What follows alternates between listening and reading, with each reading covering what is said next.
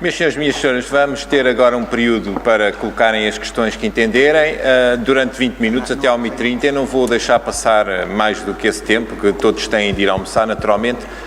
Peço apenas àqueles que tiverem questões para colocar, que se identifiquem previamente. Muito obrigado.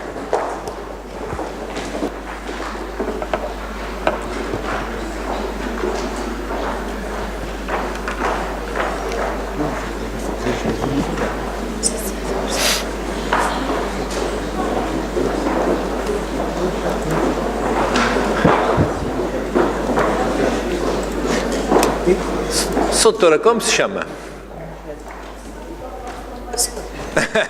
É capaz de ser difícil. Então, se faz favor. Aí o microfone, está bem. Muito bem. Olá, boa tarde. Novamente, a Roca, cá do sítio. Meu nome é Catarina Oliveira e eu tenho uma pergunta sobre uma questão mais à portuguesa do que outra coisa. A quem é que vai dirigir a questão, só para saber? Ao Sr. Professor Maciano. Estamos aqui a falar em grandes data breaches, ou seja, de empresas, de grandes empresas, de organizações grandes.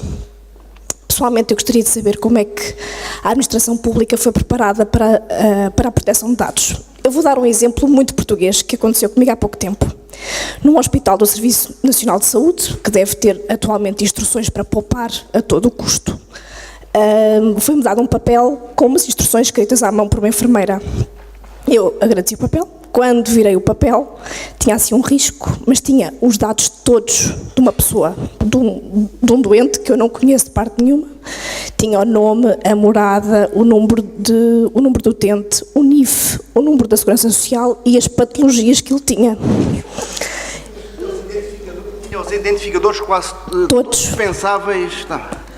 E ela deu uma folha. Eu, por acaso, de feito de profissão, olho sempre para os dois lados da folha e vejo aquilo e disse, olha, isto tem aqui dados pessoais, veja lá.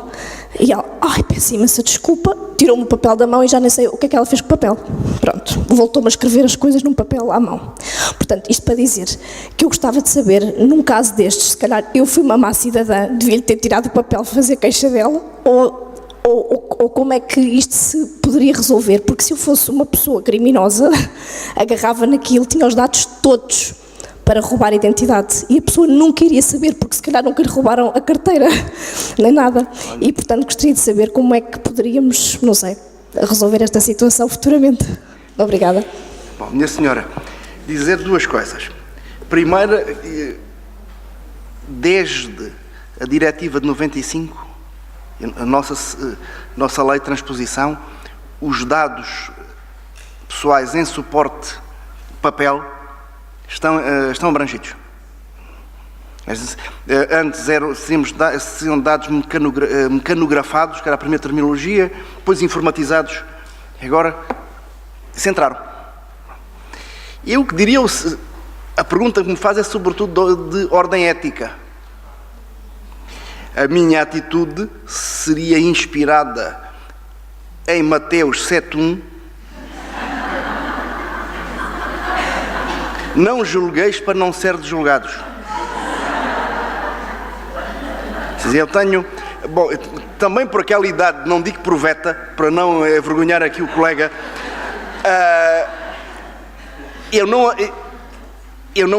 pessoalmente, mas isso eu não sou exemplo para nada, numa situação dessas, eu tenderia a ter uma atitude mais educativa, dizer assim, vejam lá isto, e tentem não fazer outra vez, porque, olha, tem que fazer uma coisa, nós continuamos a ter no artigo 35, agora, antes número 3, na versão original da Constituição, agora no número 5, a proibição do número único.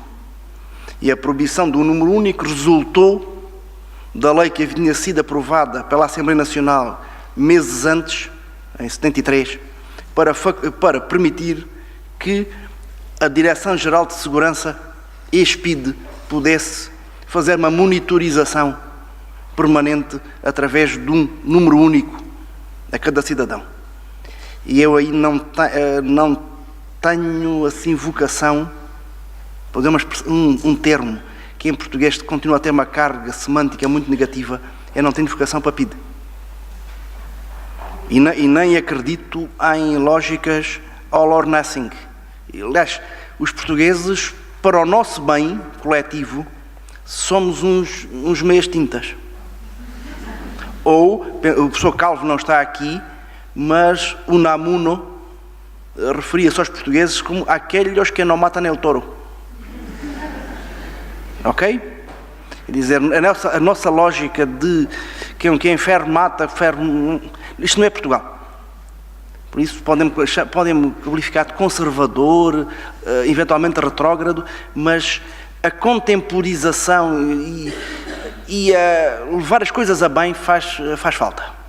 Aliás, porque se isto fosse para levar tudo a sério, by the book, isto estaria muito mal. Aliás, CNPD diz, bom, são 22 funcionários jamais conseguirão auditar o que têm para auditar. Mesmo que agora, revertendo as coimas, com a lei nova, completamente, a professora Filipa Calvão consiga contratar o dobro. Não vai chegar nunca.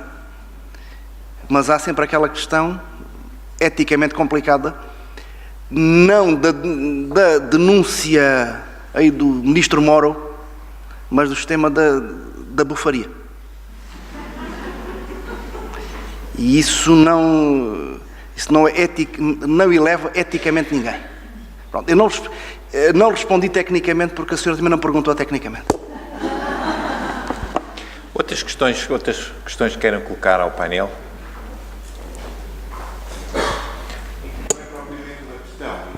Já agora, se não se importa, se identificasse. Era apenas para dizer que, relativamente à questão que foi colocada, a intenção provavelmente até era boa, que era aproveitar o papel já utilizado, era uma questão até ecológica, não é? Só que, infelizmente, continha informação que não devia estar lá. Penso que a intenção seria essa. Exato. Outras questões que queiram colocar? Só deixar o microfone chegar até aí. Eu pedi ao favor de se identificarem antes de colocar a questão. Boa tarde. Gostei muito das vossas intervenções.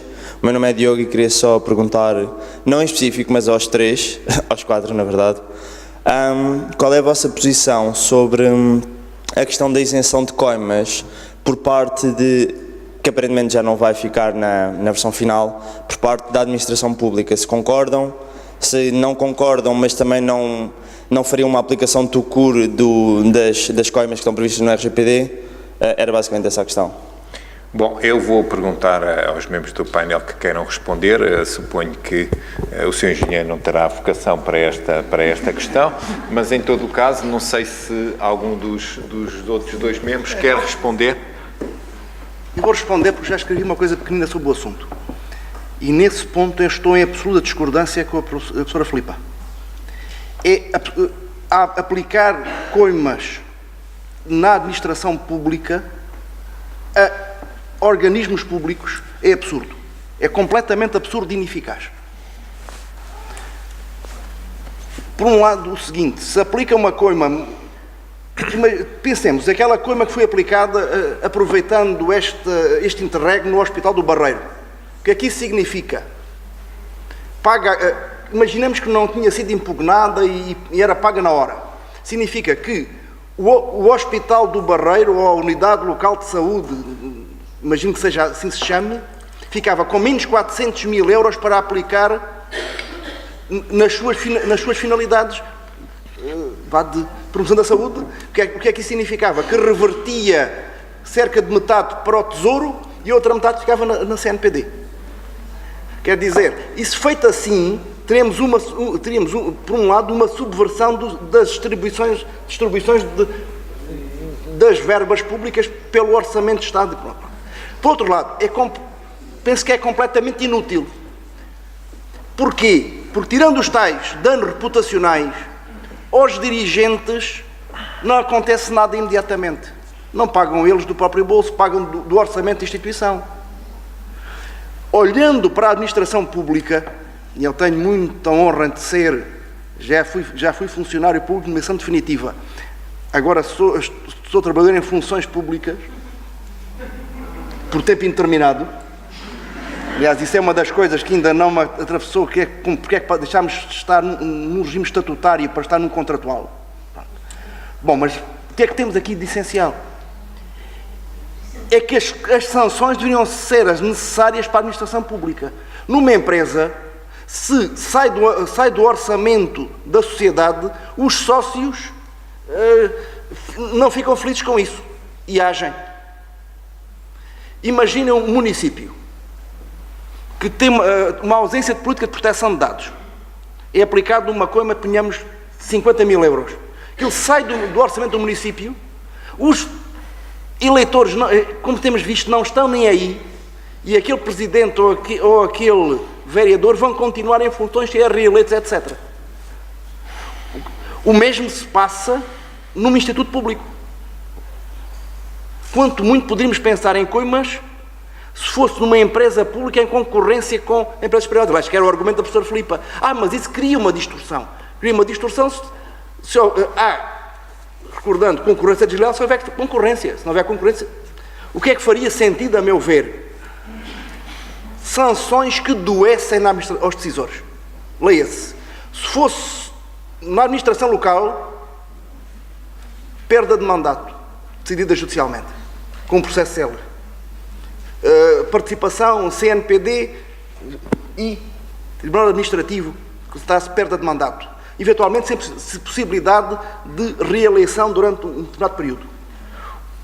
Na administração pública, cessação antecipada da comissão de serviço. Se um diretor-geral ou um diretor de serviços ou um vereador tiverem como combinação voltar para o emprego, aí passam a ter muito mais cuidado com as coisas. Quer dizer, ponto 1 é contraproducente, ponto 2 é inútil. Eu discordo em absoluto.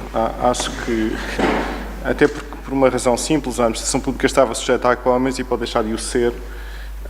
E também estou na administração pública há muitos anos. E a circunstância da administração pública ficar isenta pode ser um sinal de algum relaxamento em relação à adequação ao próprio RGPD, que é algo que se manifestou de facto desde que estas notícias começaram a surgir, e nós sentimos isso na prática, na faculdade. Tínhamos tido, para ter uma ideia, várias sondagens de vários institutos da administração pública para fazermos formações que deixámos de ter no momento em que saiu esta notícia, porque não sentiram necessidade de ter formação a partir do momento em que sentiram que... Isto é algo que também é verdade, quer dizer, a circunstância de não existirem coimas não significa que não existe a responsabilidade disciplinar e mesmo patrimonial, ela existe. E, portanto, nós já temos as regras aplicáveis para esse tipo de responsabilidade. Agora, é preciso também perceber, e isto resultou a questão das coimas, da circunstância de olharmos sempre para o limite máximo das coimas. Isto obviamente elas não serão aplicadas dessa maneira. O exemplo que foi dado do hospital é um exemplo único até agora, praticamente, e, portanto, na administração pública, o exercício por parte da CNPD será feito mais uma vez à luz do princípio da proporcionalidade e, portanto, eu creio que não cairá nem o carro nem a trindade se sujeitarmos, como sempre o fizemos, e é a nossa tradição, a administração pública ao pagamento de coimas. Se o regulamento permite esta isenção, isto resulta de outras ordens jurídicas onde isto não é possível, não é o nosso caso. E, portanto, estar aqui a retirar esta matéria tão importante como é a relativa à proteção de dados do âmbito de aplicação destas coimas parece-me completamente incompreensível. E, felizmente, parece que essa ideia foi afastada, ou pelo menos está em vias de ser afastada pelo Parlamento português. Muito bem. Outras questões que queiram colocar, temos sensivelmente 5 minutos, à 1h30 terminará impertrivelmente esta sessão, faltam 5 minutinhos, portanto pergunto se têm mais questões. Doutor, se faz favor, já está aí o microfone. Ora, muito boa tarde, o meu nome é João Mourato, a minha pergunta é para o engenheiro Luís Vão. E eu pretendia saber, sempre tive alguma curiosidade em perceber, sou utilizador Microsoft, mas gostaria que nos explicasse quais são as garantias que nós temos de que os dados que a Microsoft dispõe nossos estão no espaço europeu e não no espaço extra-europeu, incluindo as credenciais de acesso. E era tudo para já. Bom,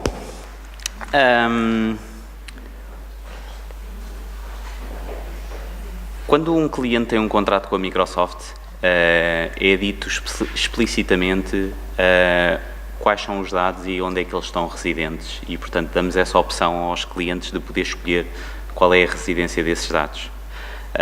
E, portanto, tudo o que são dados de e-mails, documentos, etc., podem estar dentro do espaço europeu e, portanto, pode ser uma opção do cliente que esse tipo de documentos, que são documentos do utilizador, possam estar no espaço europeu. A pergunta tem um truque, ok?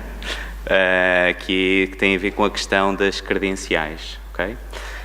E basicamente as credenciais podem estar em mais do que um data center, sendo que a razão para isso acontecer é nós podermos autenticar em qualquer sítio do mundo para depois podermos aceder à informação e detectar padrões de comportamento, como eu estou a fazer login hoje em Portugal, daqui a 5 minutos estou a fazer na China e eu quero que o sistema me consiga proteger de alguma forma. Mas do ponto de vista de credenciais, elas na realidade nós permitimos essa autenticação em qualquer lugar, se for o desejo do cliente. No entanto, existem outras organizações que não o desejam fazer e, portanto, é também possível delegar a autenticação, e isto é algo um bocadinho mais técnico, mas essencialmente responsabilizamos a entidade por autenticar os utilizadores e não a Microsoft. Okay? E isso é um processo que chamamos de federação para poder autenticar esses utilizadores. Eu penso que era essa a pergunta, não é? Temos 2 minutinhos, não sei se alguém quererá ainda colocar alguma questão. 2, 3 minutos. Bom, não havendo mais questões, foi um prazer estar aqui convosco. Continue tudo bem pela tarde dentro. Muito obrigado e uma boa tarde para todos.